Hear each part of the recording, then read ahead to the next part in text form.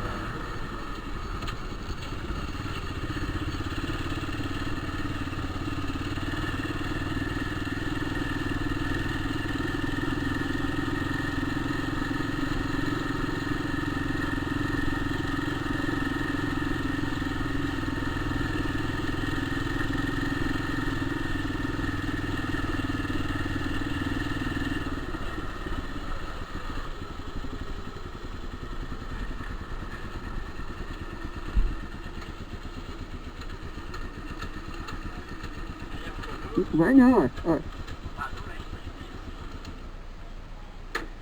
Só levando buzinada na bunda.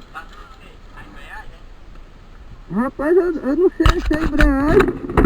É um conjunto, né? Ou se é regulagem, não sei. Tá bravo. Tá arrancando terceira, parece que eu tô num chute. Quando você passa a terceira, ele vai. Não dá aquela macia, entendeu? Aqui, acho que você tá no turbo. É bom que eu mexo ela fechou, né? E quando você pode andar nela pra ver? E vim pra passar mata. Tanto pra descer como pra subir. E dinheiro tá pra entrar, mano. Ela comprando, né? É, não sei. Sai de hoje foi, né? Ela contando pra não mostrar aqui pra botar. Sai de hoje foi. Sai hoje, né? Não, mas ela vai maciar. Tem que estar lá. Mas ela não tem lá, não. É só na mão. Ele me carro. Eu vou mandar mais pra não. Não, é. Eu vou te passar hoje.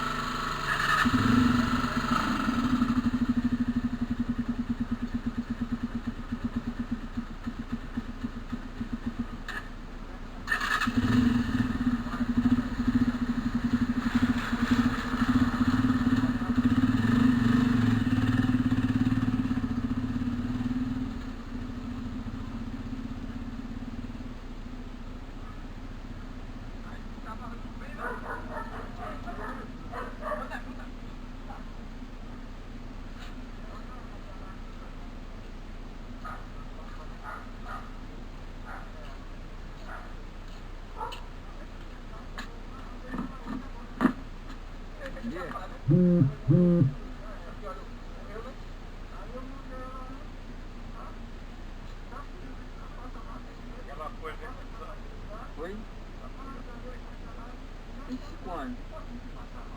Bem novinha. Tem 5 anos. É porque ela é tratada, é banhada direto. lá na bichinha daqui. Ela foi ajeitada há 5 mil.